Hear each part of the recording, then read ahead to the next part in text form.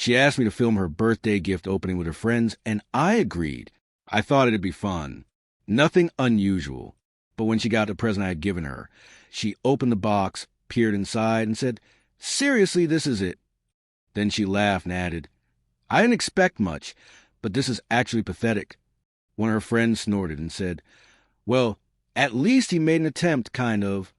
That's when I'd had enough. I just pointed to the door and said, "Get out of my house." A week later, she showed up at my door, begging to talk. But before I get to what happened next, I want to say thanks for reading this. It's been a wild month, and even though sharing it with strangers online might seem odd, I need to let out somewhere. I promise this all happened. I wish it hadn't. The story. So I'm 32.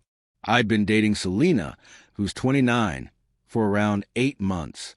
We met through mutual friends at a local art event and hit it off right away. She was everything I found magnetic. Sharp, creative, driven. She worked in marketing at a local startup, and I run my own woodworking business. Things felt good between us. We spent weekends together, knew each other's social circles, and it all seemed to be moving steadily past a new stage into something real. Her birthday was coming up, and she asked to have a small celebration at my place, just 5 of her closest friends. It made sense. My place has more room than her apartment, plus a nice backyard with a fire pit. I didn't mind hosting. I even enjoyed putting things together. I spent the day cleaning, setting up lights outside, prepping drinks and snacks. I wanted everything to go well. For her gift, I chose something personal instead of expensive. She had mentioned a few times that she wished she had a better way to keep her jewelry organized while traveling. Her necklaces always got tangled, earrings went missing, and it frustrated her. So I made her a custom travel jewelry box. It wasn't flashy, but it was made from reclaimed wood salvage from her favorite local brewery after they remodeled. I'd done work there and saved some materials for a special project like this. The box had her initials inlaid in a contrasting wood, compartments tailored for her jewelry, and even a hidden drawer with a unique locking mechanism, one that opened only if you pressed certain points in the right sequence. It took me 3 weeks to design and build. That evening, her friends arrived around 7. Everyone seemed to be enjoying themselves. Music was going, drinks were flowing, and the vibe was relaxed. When it was time to open presents, Selena asked me to record her opening each one. She said she might want clips for her Instagram later. I didn't think much of it. I just hit record and followed her around. The other gifts were standard stuff: pricey candles, a designer scarf, some nice gift cards, a bottle of high-end tequila. She acted overjoyed at each one, exaggerating her gratitude for camera. Then she got my gift. The box looked simple on the outside, natural wood and a neat bow.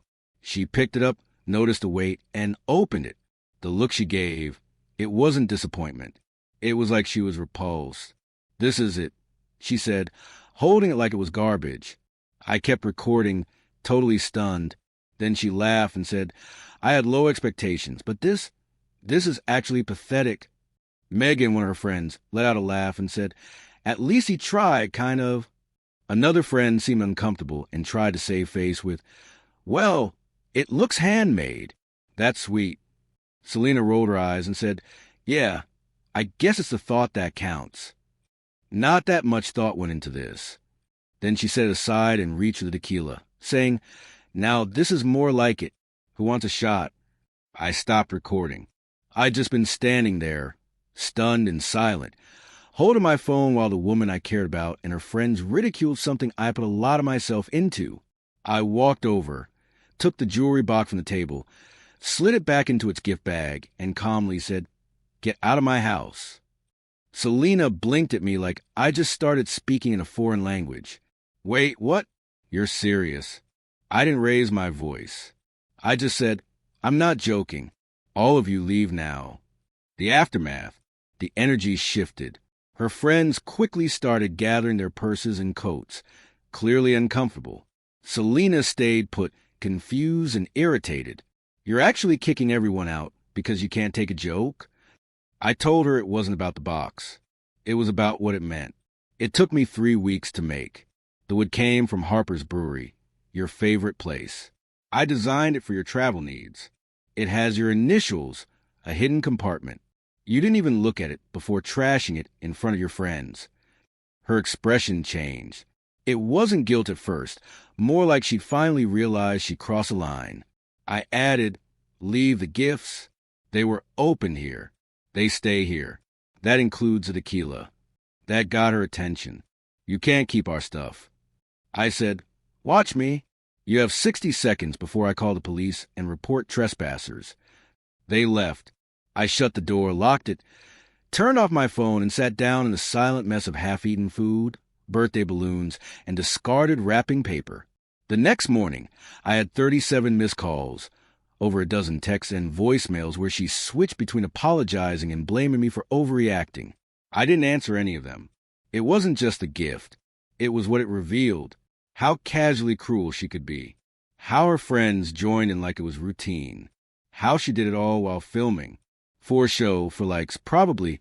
I spent that weekend clearing everything out and thinking things through. By Monday, I had my answer. I texted her. We're done. I'll pack whatever you left and set it on the porch next weekend. Then I blocked her. But that's not where it ends. Remember how I mentioned she worked at a startup? 2 months earlier, they had hired me to design and build some custom pieces for their new office. Reception desks, a conference table, and display shelving. I hadn't delivered yet, and nothing had been built, just a deposit taken and materials ordered. What happened next? Well, let's just say they're not getting the wood from Harper's Brewery. They had hired me to design and build custom display units for their office remodel and an upcoming industry showcase. The contract was worth around $15,000. Not massive, but definitely one of my bigger projects for the year. I'd already received a 30% deposit and completed the design work, though construction hadn't started yet. The contract included a clause that either party could walk away if personal issues made the working relationship unworkable. Selena was actually the one who insisted on that clause, saying it was smart business to have an exit plan if things ever went sideways between us. On Monday morning, I sent an email to Jennifer, the actual client contacts, and Selena's boss. Dear Jennifer, due to irreconcilable personal differences between myself and Selena, I must terminate our contract as outlined in Section 5.2.2. I will refund the deposit in full and can recommend several skilled craftsmen who might be available to take on the job. Sincerely, Jake. She called me within the hour, understandably confused. I explained briefly. Selena and I had been involved personally, but we weren't anymore, and I no longer felt comfortable continuing the project under those circumstances. I didn't offer details, just said it was a personal matter. Jennifer seemed disappointed, but understanding. I issued the refund and let it go. I didn't hear anything for a few days, which suited me just fine. The contract. Then, 1 week after the birthday incident, Selena showed up at my door. She looked nothing like her usual polished self. Her eyes were swollen, hair unkempt. I kept the security chain on and waited. She burst into tears the moment she saw me. Jake, please, I need to talk to you. I'm so sorry about what happened on my birthday. I don't know what got into me. Just let me explain. I didn't invite her in. Instead, I asked, did Jennifer talk to you about the contract? Her face shifted instantly. Yes, you can't do this to me.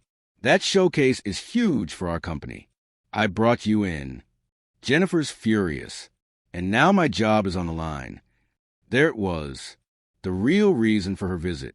Not remorse, not concern for me, just a fallout hitting her where it hurt. That's unfortunate. I said evenly, but as the contract you push for clearly states, either side can walk away due to personal conflict. But we can work through this, she said quickly. It was just a stupid joke. I love the jewelry box. Really, it's beautiful. You haven't even seen how much I appreciate it. You didn't seem to notice any of the details I told you about, I said. She wiped her eyes, shifting tactics. I was just surprised. I didn't know what I expected, but I'm really, truly sorry. Please reconsider the contract. If not for me, then for the team. They didn't do anything wrong. I paused. You're right. Your team shouldn't suffer because you're a terrible person. Her eyes lit up with hope. "So, here's the deal," I continued. "I'll complete the project on one condition." "Anything," she said quickly. "You post a public apology. Same audience as the original insult. You were going to post clips from the party, right? Instead, you post a full unedited video of you opening the gift and mocking it. You tag me, and in the caption, you give a genuine apology." Her face paled. "I can't post that. Everyone will think I'm a horrible person." "Well," I said, "at least social media would finally be accurate." "Jake, be reasonable. That would humiliate me. More than being mocked in my own home after spending weeks making something special for someone I cared about." She had no answer. I added, "Those are my terms. Post it with a real apology by midnight tonight. Then I'll let Jennifer know I reconsidered. Otherwise, find someone else." As I started to close the door, she called out, "Wait, what about us? Can we talk about trying again?" I laughed, not cruelly, just out of genuine disbelief. "There is no us. Selena, that ended the second you decided it was funny to humiliate me. This is just business now." She left looking crushed. I honestly didn't think she'd do it. That video would shatter her social media persona, the carefully curated image of positivity and gratitude she had cultivated. But at 11:58 p.m., my phone pinged. She tagged me in an Instagram post. It was a full, unedited clip. Her mocking laughter, her friends' comments, my quiet voice trying to explain the gift's meaning. In the caption, she wrote a long, raw apology. "This is the hardest thing I've ever posted. It shows me at my absolute worst. I'm sharing it not for sympathy, but because owning our mistakes is the first step to growth." This was Jake's handmade birthday gift to me. A beautiful custom jewelry box that I completely failed to appreciate. My reaction was thoughtless and shallow. "Jake, I'm truly sorry for hurting you and not seeing the love and effort behind your work. To everyone else, let this be a reminder. Gratitude matters more than the price tag." I stared at the screen for a long time. The comments were pouring in, some shocked, others praising her honesty. A few tried to defend her, her party friend silent. The next morning, I emailed Jennifer. "Dear Jennifer, after reconsideration, I've decided to proceed with the project as originally agreed. My personal feelings shouldn't interfere with our professional arrangement. Work will begin immediately and be completed by the original deadline. Best, Jake." She replied within minutes, full of thanks. She didn't mention Selena or the post, but I had the sense she'd seen it. Over the following weeks, I threw myself into work. It was some of the best I'd ever done. I'm not the kind of guy to sabotage a job over personal issues.